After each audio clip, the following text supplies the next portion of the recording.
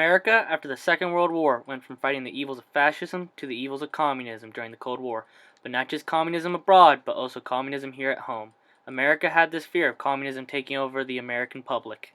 Shortly before World War II ever happened, in 1938, the United States House of Representatives created the House Un-American Activities Committee. Their job was to investigate disloyalty in the American public.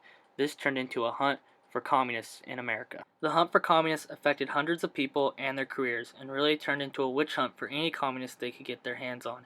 It was better to be dead than red. One man who thought differently was Dalton Trumbo, who would go on to be one of the victims of the House Un-American Activities Committee. Dalton Trumbo was an American author, anti-war activist, screenwriter, journalist, and director.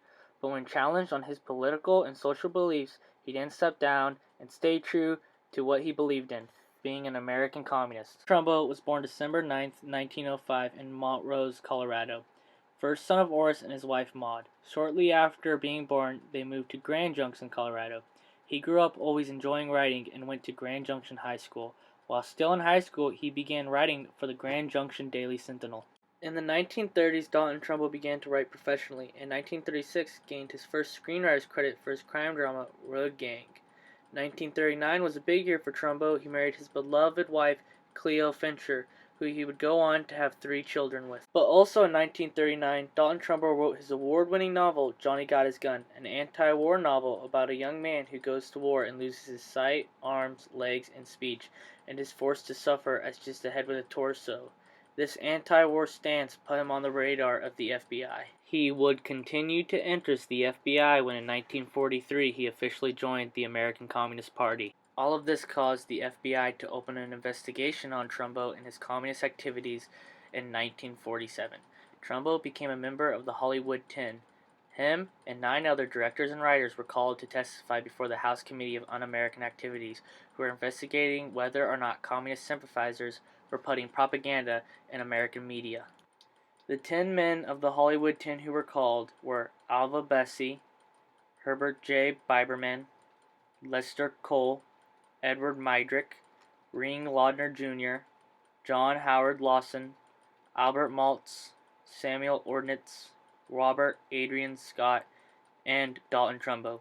These 10 men were asked to admit that they were in the Communist Party and to give up others in the party. People called to testify against these 10 men were Walt Disney and Ronald Reagan, who said the threat of communism in Hollywood was very real. When the Hollywood 10 showed up to testify, they refused to answer questions. Here's an excerpt from Trumbo's testimony. Now, are you or have you ever been a member of the Communist Party?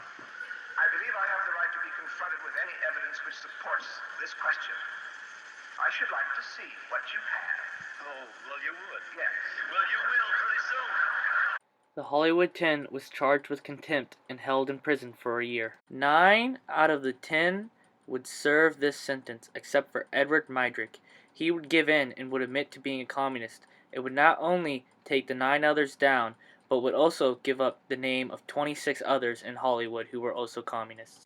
The Hollywood 10, with the exception of Edwards, became the first members of the Hollywood Blacklist, along with the 26 others Edward gave up.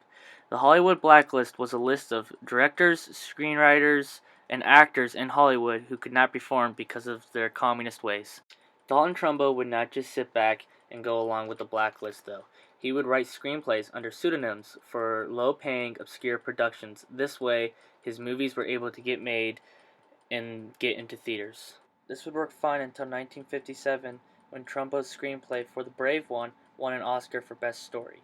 He wrote the movie under the pseudonym Robert Rich. When Robert Rich didn't show up to collect his Oscar, though, people started to ask questions and looked at the blacklist, and they started to investigate other movies that they couldn't put a face to the name of.